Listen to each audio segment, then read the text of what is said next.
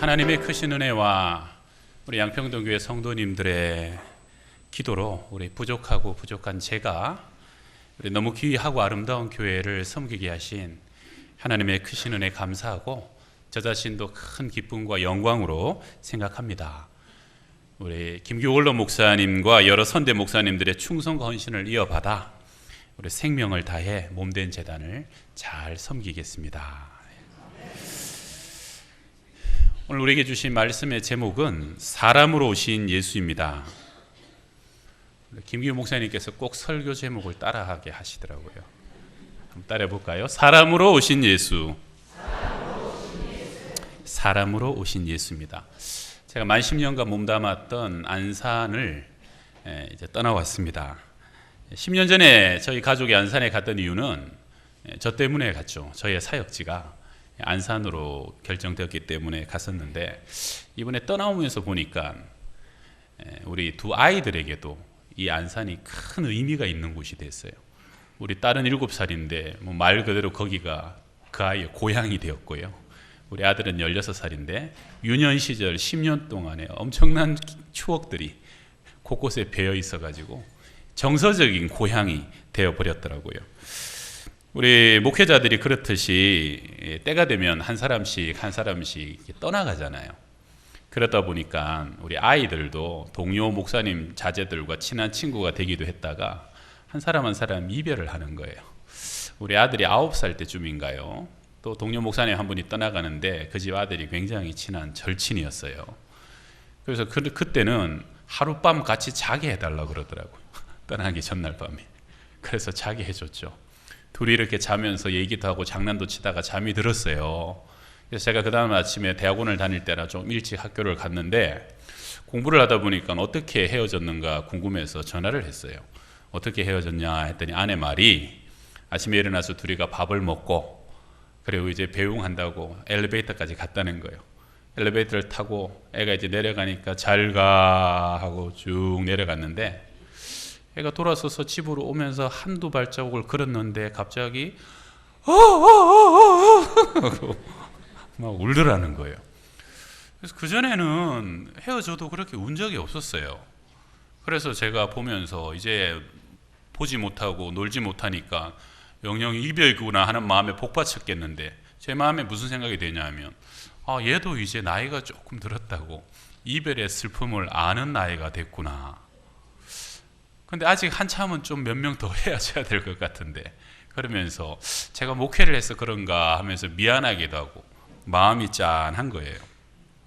그런데 그날 오후에 수업을 하는데, 그날 오후에 수업의 주제가 사람으로 오신 예수 그리스도라는 주제로 수업을 했어요. 그러면서 교수님이 우리 학생들에게 이런 질문을 하시더라고요. 예수님이 광야에서 마귀에게 시험을 받으실 때 첫 번째 시험이 돌로 떡이 되게 하라라고 말씀하셨는데, 그때 예수님이 돌을 떡으로 안 만드신 이유는 안 만들어서 못 만든 겁니까? 못 만들어서 안 만드신 겁니까?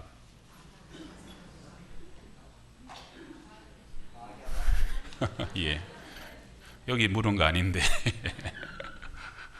그런데 여기 분들처럼 대부분 신학생들이 안 만들어서 못 만드셨지요 라고 대답을 했어요.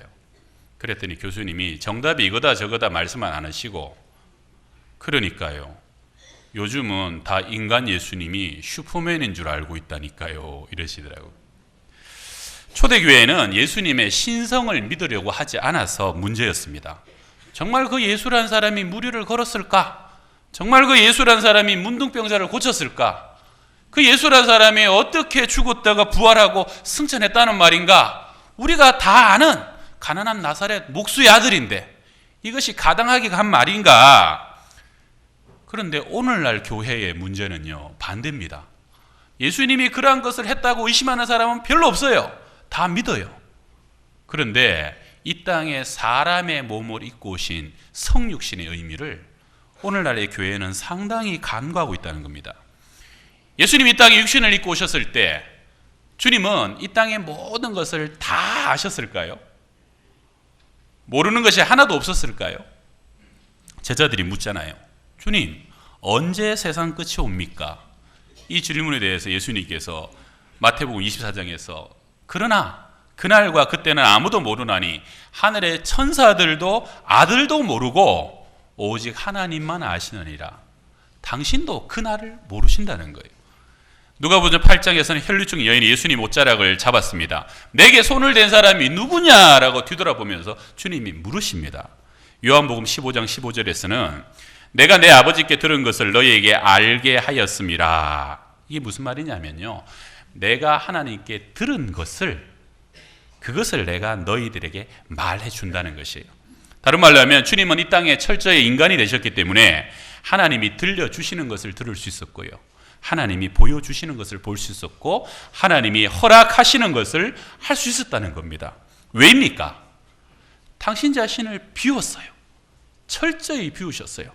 당신 안에 있던 하나님 영광을 비우셨고요, 당신 안에 있던 하늘의 능력과 권세를 다 비워버리고 철저한 인간의 모습으로 이 땅에 오셔서 종이 되신 것이, 하늘 아버지께서 무엇을 말씀하시든지 나는 그 말씀에 순종하고 그 말씀에 따라가는 철저한 사람의 모습으로 순종하기로 작정하셨다는 것입니다. 인간 예수님은 보통 사람처럼 배고프면 배고프셨습니다.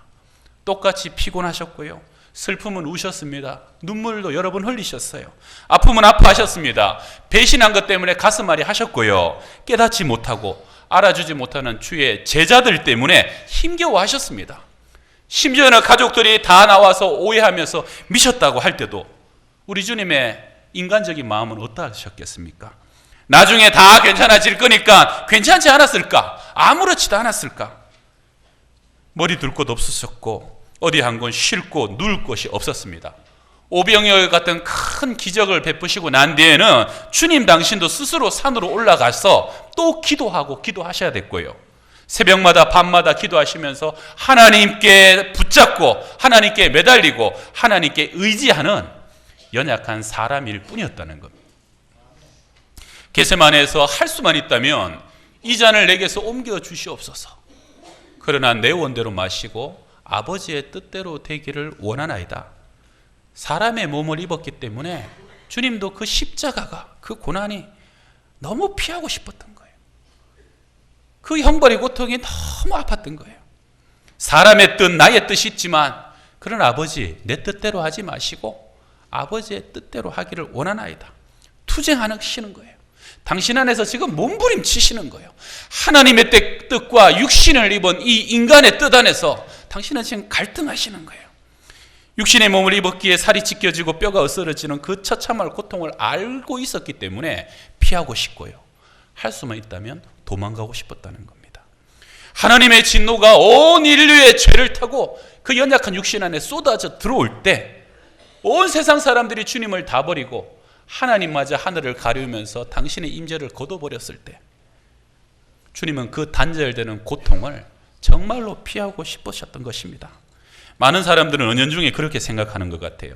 고통의 십자가, 저주의 십자가라고 하지만 예수님은 하나님이시니까 덜 아프시지 않았을까? 예수님은 하나님이시니까 찢겨져도 부셔져도 괜찮지 않았을까? 또 예수님은 다시 부활하실 것을 미리 아셨기 때문에 고통이 조금은 경감되지 않았을까? 제가 한 10여 년 전에 청년들 데리고 미얀마에 선교 갔던 적이 있었습니다. 한 선교사님이 큰 저택을 구입하셨어요. 거기에 한쪽은 사택으로 쓰시고 또 큰 대부분의 공간을 신학교로 사용하시더라고요. 미얀마는 완전 불교 나라입니다. 그래서 인구 5명의 절이 하나가 있을 정도로 굉장한 불교세가 강한 나라다 보니까 예수 믿고 신학생 되면 집에서 거의 쫓겨나요. 그러다 보니까 이 선교사님이 그래서 수십 개 종족에서 학생들을 뽑아가지고요, 그 기숙사에서 무료로 먹고 재우고 가르치면서 3년을 훈련시켜서 다시 전도사로, 안수받아 목사로 파송하는 사역을 하시더라고요. 거기서 제가 한 2주 정도를 지내다가 중간에 신학생들이 따로 기숙사에 한번 가보고 싶어가지고 식사 시간에 그 학생들 먹는 거 한번 같이 먹고 좀 얘기 좀 하고 싶어서 제가 혼자 말을 안 하고 갔어요. 갔더니 아닌 게 아니라 학생들이 한 40명이 모여갖고 밥을 하고 있더라고요. 40명이 우리 돈으로 3,000원 가지고 재료를 사갖고 식사를 준비하고 있는데 양은 냄비를 하나 이렇게 걸어놨는데요, 밑에는 막 불을 피워갖고 이렇게 화롯불이 이렇게 올라오고, 근데 야근 냄비가 다 찌그러졌어요. 그리고 얼마나 오래 썼는지 막 이렇게 얼룩 하더라고. 그래서 거기 감자국을 이렇게 끓이는데 멀겋게 끓여요. 근데 불길이 이렇게 올라오면서 제가 이렇게 막 들어가기도 하고, 그러고 음식을 다 했다고 저한테 이 양은 접시를 하나 줘요. 그래서 거기다가 그 날리는 쌀 밥 넣고 그거 떠가지고 밥 위에 붓고, 그리고 야채, 저는 별로 드레싱이 안 됐던데 그걸 저한테 많이 주더라고요. 목사님 많이 드시라고, 우리 하는 식사라고. 제가 좀 비유가 좋은 편인데, 그거 만드는 걸 보고 이렇게 하다 보니까 먹으려고 애를 쓰는데 다 먹지를 못하겠더라고요. 어쨌든 그래가지고 같이 먹고 있는데 한 명, 두 명이 저한테, 신학생들은 너무 맛있게 먹어요. 그러면서 먹다가 저한테 그러는 거예요. 서슬 조금 불평을 하더라고요. 목사님, 전에는 우리가 세 끼를 먹어서 참 좋았는데 요즘은 선교사님이 두 끼를 줍니다. 그래가지고 아침 10시에 먹고 오후 4, 5시에 먹으면 밤 되면 배가 고파서 잠이 안 와요. 우리도 세 끼 먹고 싶은데 그러는 거예요. 나보고 얘기를 좀 해달라는 거예요. 근데 저도 어릴 적이라 가만히 들어보니까 왜 그러실까? 뭐 보니까 식비도 많이 들 것 같지 않은데, 그래서 제가 선교사님한테 가가지고, 목사님, 신학생들이 배가 고파서 밤에 잠이 안 온다 그러던데요. 그랬더니 목사님이 저를 보시면서 다녀오셨군요 그러더라고요. 그러면서, 목사님, 우리가 여기서 무료로 숙식하고 공부하고 하는데 돈이 참 많이 들긴 합니다.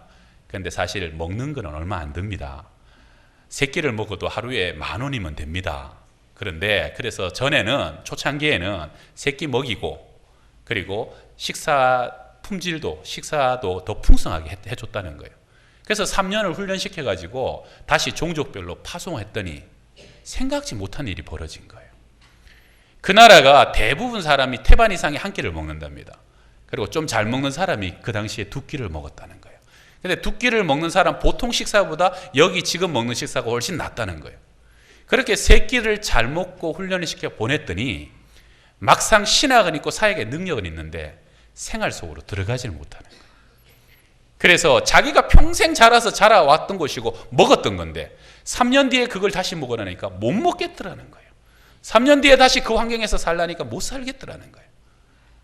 그래서 저도 얼마 되지 않는데 저도 한참 자라는 신학생들이라 잘 먹이고 싶습니다. 그런데 그렇게 해서는 이 사람들이 하나님의 사람이 되지를 못한다는 거예요. 그래서 저보고, 목사님, 미안합니다. 방법이 없네요 이러시더라고요. 제가 미안하더라고요. 여러분 생각해 보십시오. 겨우 사람이요, 그 나라 안에서 단 3년을 조금 더 깨끗하게 살았다고, 조금 더 잘 먹었다고, 조금 더 배웠다고, 3년 후에 다시 고향에 돌아갔는데 그 고향에 들어가지를 못하는 거예요. 다시 내가 내려놓지를 못하고 낮아지지를 못하는 거예요. 그 잠깐의 세월 동안 내가 가졌던 것을 비워주지를 못하는 것이에요. 하물며 세상을 창조하신 하나님이, 하늘의 하나님이 이 땅으로 내려오신다는 것이 무엇입니까? 만왕의 왕이신 그분이 비천한 목수의 아들이 된다는 것이 무엇이겠어요? 영원한 무한의 존재가 이 땅 가운데 유한의 시간 속에 들어와 갇혀버린다는 그 의미가 무엇이겠습니까? 우리는 그것을 다 이해할 수 없습니다. 마국간 하나만 생각해 보십시다. 여러분 마국간에 잘 못 가보셨잖아요. 그런데 이 마국간이요, 가보면요, 외양간이랑 거의 비슷합니다. 말이나 소나. 외양간 가보셨습니까? 저는 어릴 적에 저희 집에 돼지도 키우고 저희 바로 앞집에 소를 키웠습니다. 한 마리를. 그래서 저는 그 외양간을 자주 봤어요, 지나가면서. 소 한 마리를 키워도요, 그 소가 배설하는 배설량은 엄청나더라고요. 왜 소 외양간에 지푸라기 깔아놓은지 아셔요? 키우신 분은 알 거예요. 그거 누워 자라고 편하라고 깔아놓은 게 아니에요. 소 이 배설물이요, 워낙 양이 많아서 매번 못 치웁니다. 근데 그걸 놔두면 며칠만 지나도 딱딱하게 굳어가지고 망치로 깨야 되더라고요. 그래서 지푸라기를 깔아놓으면 버무려지는 거예요, 저절로. 그럼 그게 버무려지면 그것을 쇠쇠나무로 긁어서 버리면서 거름으로 쓰는 거예요. 그러니까 사실은 외양간은요, 말 그대로 똥통입니다. 그리고 여러분 여물통 보셨어요? 여물통은 설거지하는 법이 없습니다. 10년 지나도 10년 전에 먹었던 찌꺼기가 그대로 껴 있어요. 여물통 설거지 보셨어요? 마국간도 마찬가지죠. 왜 우리 주님이 마국간에서 구유 위에 누일 수밖에 없었는가? 거기밖에 자리가 없는 거예요. 거기밖에 자리가 없는 거예요. 여러분, 여자들이요, 임신하면 먹고 싶은 거 못 먹으면 평생 남편 힘들게 하잖아요. 한이 맺히는 거예요. 하물며 처음 아기를 낳는 처녀의 몸이 그 아기를 낳는데 낳을 것이 없어서 그 마구간에서 아기를 낳고 그 구유 위에 아기를 누웠다는 것을 생각해 보십시오. 그리고 그것을 바라보실 수밖에 없었던 하나님 아버지의 마음이 어떠하셨겠으며, 그것을 알고도 이 땅에 오실 수밖에 없었던 우리 주 예수 그리스도의 마음이 왜 그렇게 하셨겠습니까? 인생들을 향한 불붙는 마음, 피 끓는 마음들, 인생들을 향해서 끊을 수 없는 그 사랑 때문에 주님은 그 마음 때문에 당신의 모든 것을 비우고 이 땅에 친히 내려올 수밖에 없었다는 것입니다. 너희 안에 이 마음을 품어라. 곧 그리스도 예수의 마음이니 그는 근본 하나님의 본체시나 하나님과 동등됨을 취할 것으로 여기지 아니하시고 오히려 자기를 비워 종의 형체를 가져 사람들과 같이 되었고 사람의 모양으로 나타나셨으며 자기를 낮추시고 죽기까지 복종하셨으니 곧 십자가에 죽으심이라. 아직도 많은 사람들은 하나님을 향하여 질문합니다. 하나님 과연 의로우신 분입니까? 하나님 정말 사랑이 많으신 분입니까? 하나님 어쩌면 하나님께서 이 세상을 창조해놓고 그 검은 뿔테안경 너머로 우리를 쪼려보시면서 팔짱을 끼고 우리의 잘잘못을 잣대를 갖다 놓고 측량하고자 하시는 그런 엄한 분 아닙니까? 하나님 도대체 이 인생의 아픔을 알긴 하시는 분입니까? 그렇게 질문할 때 그에 대한 답이 뭡니까? 우리 주 예수 그리스도께서 하늘의 하나님이 인간의 몸으로 이 땅에 오셨다는 것입니다. 주님이 인간으로 이 땅에 오셔서 가장 낮은 마구간에 태어나시고요, 말구에 누이시는 바로 그것이 하늘의 하나님이셨다는 것이. 전성에 의하면 예수님은 10대의 소년 가장이 되셨습니다. 요셉이 예수님의 유년 시절 이후로 등장하질 않아요. 그래서 예수님은 소년 가장으로 마리아를 봉양하면서 어린 동생들을 봉양했다고 알려집니다. 그 당시의 목수는요, 오늘날의 목수랑 틀려요. 옛날에 구두닦이처럼 연장동 하나 짊어지고요, 온 동네를 다니면서 지붕 고쳐요, 문짝 고쳐요, 일감 주소해 하고 쫓아다니는 직업이에요. 그러면서 그 온 동네를 구석구석을 돌아다니면서 뭘 봅니까? 사람들의 눈물을 보고 아픔을 보고 인생의 희로애락을 하나하나 그 어린 몸에서 또 배우는 거예요. 그리고 난 뒤에 공생의 3년간의 삶을 통해서 주님은 인간의 몸으로 이 땅에 오셔가지고 사람의 몸으로 어떻게 이 세상을 살아가야 될지를 우리 가운데 보여주시고요, 수많은 대적들이 비방하며 공격할 때 어떻게 그들을 사랑으로 품어야 될지, 반응해야 될지, 어떻게 나를 비우고 어떻게 인내하며 숱한 외로움과 괴로움과 아파하심 속에서도 어떻게 끝까지 순종하고 복종하심으로 마침내 승리하시는지, 사람의 몸을 입고 이렇게 살아야 된다라고 우리 가운데 친히 모범을 보여주셨다는 것입니다. 그리고 잡히시기 전에 제자들에게 이렇게 말씀하십니다. 내가 너희를 사랑한 것 같이 너희도 서로 사랑하라. 할렐루야. 영호 이야기란 책이 있었습니다. 지금은 절판됐는데요, 오래전에 제가 한번 읽었던 책입니다. 영호가 뭐냐면 소록도 옆에 있는 섬이에요. 그래서 소록도에서 오래전에 나병 환자들이 나병을 치료받잖아요. 그러면 그것이 어느 정도 음성이 되고 병이 어느 정도 진정이 되면 영호라는 동네로 보낸다는 거예요. 그래서 거기서 살아가는 그 동네 이야기를 기록한 것이 영호 이야기더라고요. 거기 이런 실제 얘기가 하나 있습니다. 서울에서 어느 아주머니가 문둥병에 걸렸어요. 그래서 치유받으러 격리 수용돼서 소록도까지 간 거예요. 죽느냐 사느냐 기로에 있을 때는 정신없이 치료받는 거예요. 여러분 문둥병 아시죠? 저도 소록도 가봤더니 정말 코에 구멍만 2개 있어요. 코가 없어요. 썩어서 떨어지는 거예요. 손이 다 이래요. 손가락이 다 떨어져가지고. 박수를 치지를 못하시더라고요. 그러니까 이 아주머니가 병은 나았는데 그 동네 가서 보니까 오히려 더 큰 병이 이제 시작되는 거예요. 극심한 우울증. 자신을 볼 때마다 몰골이 너무 초라하고 형편없습니다. 그런데 그거보다 더 고통스러운 것은 서울에 있는 남편과 아이들이 한 번도 면회를 오지 않는 거예요. 자기가 버림받아 버린 거예요. 어떻게 이럴 수 있나? 나 같은 게 살아서 뭐 했나? 거울을 볼 때만도 내가 너무 절망하는데 가족들이 어떻게 나에게 이럴 수 있나? 죽자. 살면 뭐하냐. 그래서 곡기를 끊었어요. 하루가 지나고 이틀이 지났는데 그 조그만 동네에 교회가 하나 있는데 목사님이 그 얘기를 전해 들으셨어요. 그분은 교회 나오는 분이 아니었어요. 목사님이 그 집을 찾아갑니다. 그래서 아주머니가 힘없이 누워 있는 거예요. 아주머니 뭘 좀 드셔야 됩니다. 살아야 됩니다. 이러면 정말 돌아가십니다. 목사님 제 몰골을 보시라. 그리고 가족도 찾아오지도 않는데 제가 살아서 뭐 하겠습니까? 목사님이 하도 설득을 하는데 듣질 않아요. 목사님이 조용히 그 집 부엌으로 들어가셨어요. 양은 냄비 하나를 가져다가 숟가락 하나 가지고 죽을 쑤셨어요. 흰죽을. 그렇게 흰죽을 한참 쑤어서 다시 방으로 들어오셔가지고 그 죽을 한 숟가락을 떠서 후후 붑니다. 아주머니 이거 한 입 먹어보세요. 참 맛있습니다. 먹어보세요. 안 먹는 거예요. 다시 후후 불다가 목사님이 당신이 한 입을 쪽 하고 먹고 난 뒤에 아주머니 너무 맛있네요. 먹어보세요. 그랬더니 이 아줌마가 깜짝 놀랐어요. 왜냐하면 목사님은 나병 환자가 아닌데 내가 먹던 그릇에 내가 먹던 숟가락으로 그 죽을 당신이 지금 입어 먹은 거예요. 놀라서 하고 있는데 쑥 집어넣으시. 그러고 쑥 빼고 다시 떠더니 또 한 숟가락으로 후후 불더니 당신이 먼저 먹고 또 떠서 아주머니를 먹여주고 그렇게 주거니 바꾸긴 하다가 한 냄비를 다 먹었어요. 이 아주머니가 그걸 먹다가요 충격을 받았어요. 그리고 그 속에서 자기가 치유가 되는 거예요.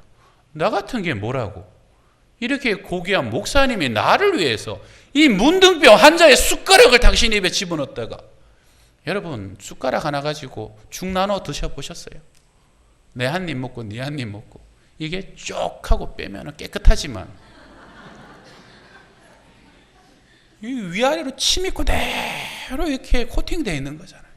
그 숟가락을 입에 넣었다가 다시 빨았다가 내가 뭐라고 목사님이 저렇게까지 나를 살리려고 하는데 살아야 되겠다. 그 다음 주일에요 하얀 한복을 입고 교회에 제일 먼저 가서 제일 앞자리에 앉아서 예배를 드리는데 얼마나 기뻐하고 감사하는지 그 심령이 치유되고 영혼이 구원되는 놀라운 사건이 일어났다는 것입니다. 여러분 생각해 보세요. 만약에 누군가가 어떻게 가족이 이럴 수 있는가? 그 남편과 애들을 붙잡아 와가지고 매질을 했다고 생각하세요. 그 아줌마 앞에. 그럼 그 매질을 하는 남편과 아이들을 보면서 마음이 치료되겠어요? 그 강한 힘이 그 마음을 치료할 수 있겠냔 말이에요. 진정한 구원은요 함께 낮아지는 겁니다. 함께 아파하는 것이고요 함께 고통당하는 것입니다. 함께 낮아지고 고통당할 때만 그 속에서 구원이 시작되고 그 속에서 치료가 시작된다는 것입니다. 다른 방법이 없어요.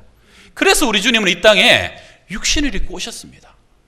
육신을 입고 범죄하여 사망의 그늘 가운데 있는 백성들을 구원할 수 있는 유일한 방법은 주님이 인간의 몸으로 입고 이 땅에 내려오시는 것이 이것이 하나님의 지혜요 하나님의 능력이었다는 것입니다. 우리 주님이 육신을 입고 사람이 되심으로 우리는 참된 위로를 얻었습니다. 우리는 그 속에서 참된 치유가 시작되었고요. 우리는 비로소 하나님의 나라를 유업으로 받는 유업의 백성들이 된 줄 믿습니다. 할렐루야. 제가 마지막으로요. 전에 같은 교회를 섬기기도 했고 지금 장신대 또 교수님으로 계신 은사님 한 분이 우리 그때 청년들을 위해서 성탄 축시를 직접 지어서 한번 읽어주셨는데 너무 좋아서 제가 항상 간직하고 있다가 성탄절에만 한번 이렇게 읽어드리는데 제가 성탄 축시 읽어드리고 말씀을 마치겠습니다.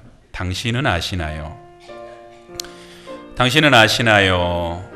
긴 겨울 얼음 바람 지난 마름까지에 어찌 봄꽃이 새로 피는지 여름밤 하늘의 무수한 별들이 어찌 다 떨어지지 않고 제 길을 가는지 불면 날아가 버릴 이 작은 씨알갱이가 어찌 저 큰 겨자나무가 되는지 도리와 순이가 만나 어찌 사랑을 하게 되는지 폐병으로 다 죽어가던 김 집사님이 어찌 살아나 직장에 나가는지 당신은 아시나요? 만물의 창조주 하나님의 아들이 어찌 사람이 되셨는지 당신은 아시나요?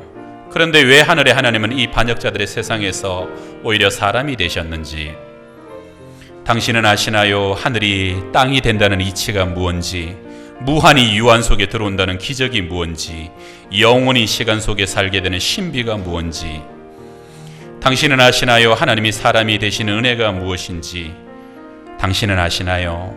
처녀가 아이를 가진다는 부끄러움이 무언지, 남의 아기를 임신한 여자를 아내로 데려온다는 거북함이 무언지, 만삭의 여인과 먼 여행을 떠나는 어려움이 무언지, 고향에서 머무를 방 한 칸 얻지 못하는 외로움이 무언지, 해산의 고통이 닥쳤는데 누울 자리가 없는 서러움이 무언지, 냄새나는 짐승들의 분비물 사이에서 아기를 낳아야 하는 황당함이 무언지, 당신은 아시나요? 영광의 아들이 어찌 그리 비천하게 오셨는지, 당신은 아시나요? 그날 밤 별들이 어떻게 길을 바꾸어 노래했는지, 그날 밤 천사들이 왜 영광의 노래를 불렀는지, 당신은 아시나요? 왜 하나님이 이처럼 낮아지심을 영광이라고 하는지, 당신은 아시나요? 하나님이 사람이 되신 것을, 하늘나라가 그와 함께 우리에게로 다가온 것을, 당신이 스스로 하늘로 올라가려고 애쓰지 않아도 좋을 것을, 그분을 따를 때 당신 안에 하나님의 나라가 있음을, 당신은 아시나요? 그 이름 예수 그리스도. 하나님이 사람이 되시다니, 하나님이 사람이 되시다니, 하나님이 사람이 되시다니. 기도하겠습니다. 주님 감사합니다. 우리 주님께서 이 땅에 사람의 몸을 입고 오심으로 우리의 심령들 속에 참된 위로와 자유함을 얻게 되었습니다. 주님, 사람의 몸으로 친히 본을 보이셨기 때문에 우리도 주님처럼 살아갈 소망과 용기를 얻게 되었습니다.